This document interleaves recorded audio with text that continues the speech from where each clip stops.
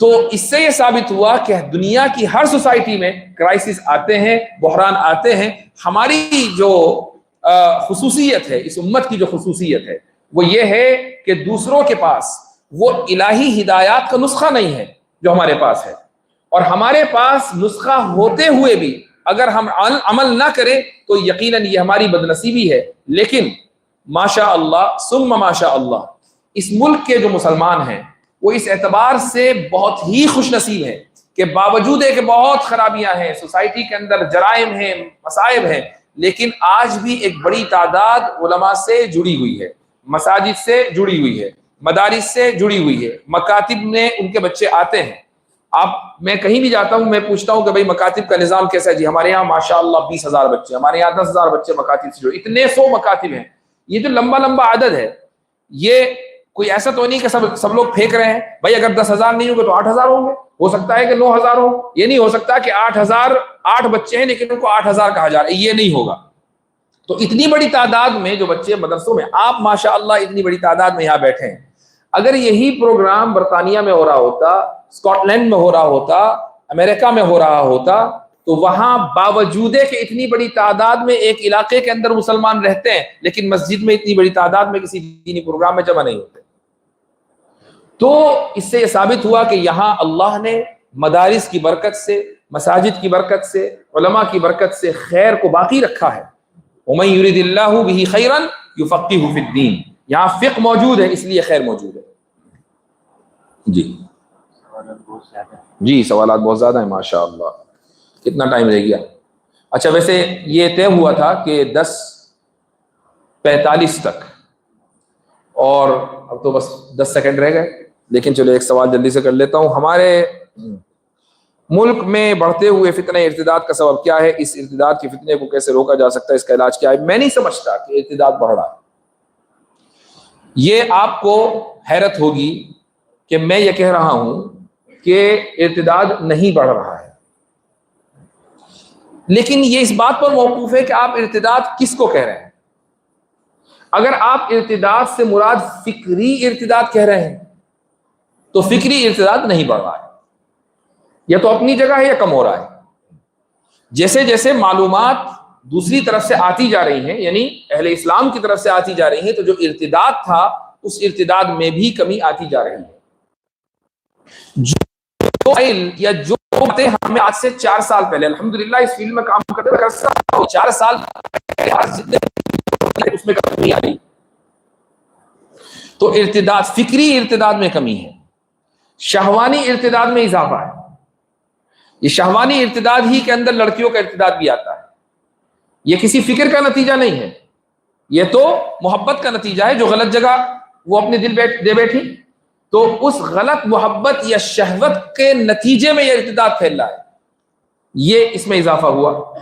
یا اس کے علاوہ قادیانی ہے، فلاں ہے، فلاں ہے، ان میں ارتداد میں کمی بیشی ہو سکتی ہے، لیکن اوور آل جو فکری ارتداد ہے اس میں ایسا کوئی اضافہ نہیں ہے کہ اس کے تعلق سے بے انتہا فکر کی جائے. ہاں آپ فکر کریں، بہت اچھی بات ہے، لیکن ایک چیز ہے کہ جس کے تعلق سے فکر کرنے کی ہر ایک کو ضرورت ہے، اور وہ یہ ہے کہ جدیدیت میں اضافہ ہے. ارتداد میں اضافہ نہیں ہے، جدیدیت میں اضافہ ہے. جدیدیت کس کو کہتے ہیں؟ ماڈرنزم، ازم. آپ یاد رکھیں کہ کسی بھی لفظ کے آگے اگر ازم ہو، ISM اگر لگا ہوا ہو، تو اس کو شک کی نگاہ سے دیکھنا چاہیے، اس میں کچھ نہ کچھ گڑبڑ ہو سکتی ہے. تو ماڈرن ہونا برا نہیں ہے.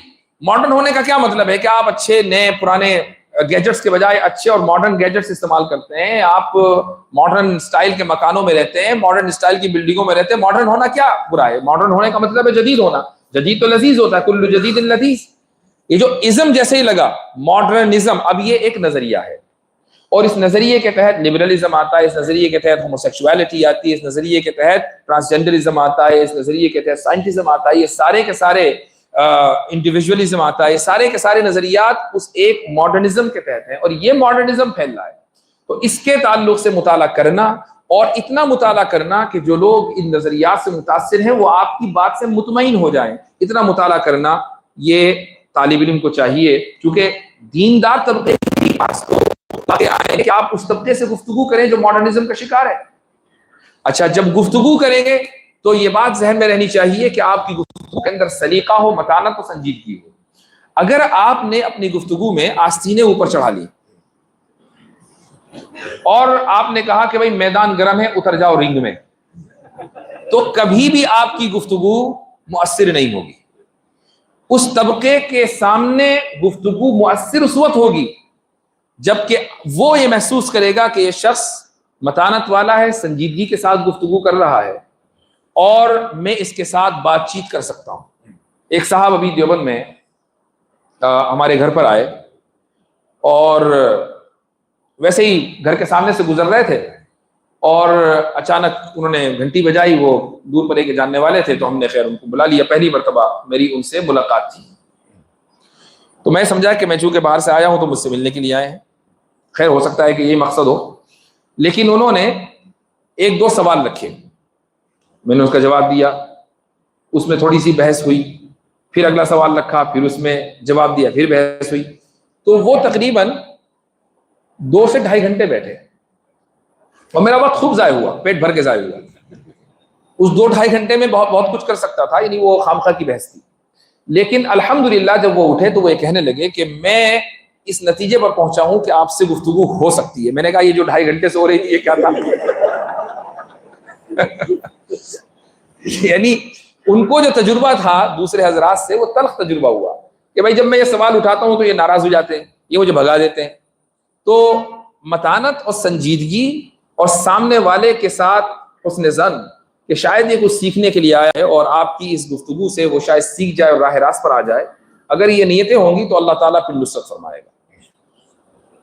ٹھیک ہے، جزاکم اللہ خیرن۔ آپ شہوانی اور اختلاف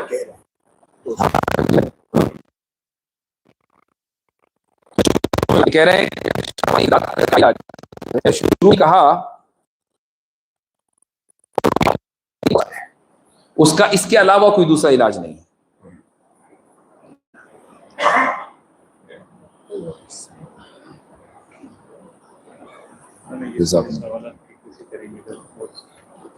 ہاں ماشاء اللہ،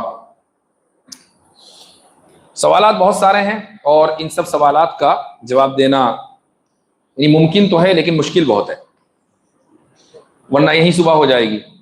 البتہ دعا سے پہلے ایک گزارش اور کرنی ہے، اور وہ یہ ہے کہ مجھے سیف پیسج چاہیے۔ سمجھتے ہیں آپ سیف پیسج؟ تو وہ جو سیف پیسج ہے وہ چاہیے، اور اس کے لیے لازمی طور پر یہ ہے کہ آپ مصافحے کی زحمت نہ کریں، استلام کر لیں۔ استلام تو اللہ تعالیٰ کے یہاں قابل قبول ہے، استلام کیا جا سکتا ہے۔ تو یہ جو وہاں تک ہرمز ہے اس کو آپ کو کھولنا پڑے گا تاکہ ہم آرام سے نکل جائیں انشاءاللہ۔ ایک ہاتھ سے کریں گے، 2 ہاتھ سے؟ ماشاءاللہ، چلے دعا کر لیجیے۔ الحمدللہ رب العالمین والصلاة والسلام على سید الانبیاء والمرسلین وعلى آلہ وصحبہ اجمعین۔ ربنا آتنا في الدنيا حسنة وفي الآخرة حسنة وقنا عذاب النار۔ اللهم إنك عفو تحب العفو فاعف عنا يا كريم، فاعف عنا يا غفور۔ اللهم إنا نسألك من خير ما سألك منه نبيك ورسولك صلى الله عليه وسلم، ونعوذ بك من شر ما استعاذك منه نبيك ورسولك صلى الله عليه وسلم۔ ربنا لا تزغ قلوبنا بعد إذ هديتنا وهب لنا من لدنك رحمة۔ اے اللہ ہمارے گناہوں کو معاف فرما، اے اللہ ہماری تمام خطاؤں کو معاف فرما، اے اللہ ہمارے یہاں جمع ہونے کو قبول فرما، اے اللہ ہمارے ایمان کی حفاظت فرما، اے اللہ ہمیں دین کی سمجھ عطا فرما۔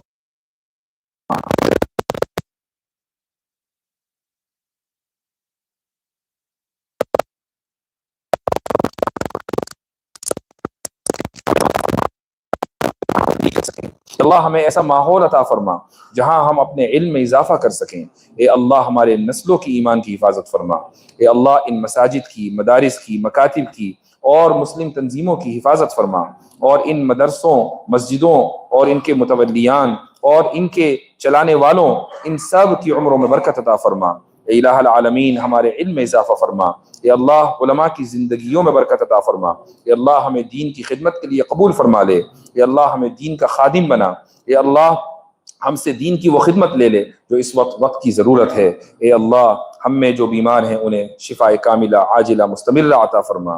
الہ العالمین، اے اللہ ہمیں ہدایت کے راستے پر چلا، ہمیں ہادی اور مہدی بنا. سبحان ربک رب العزت عما یصفون وسلام علی المرسلین والحمد للہ رب العالمین.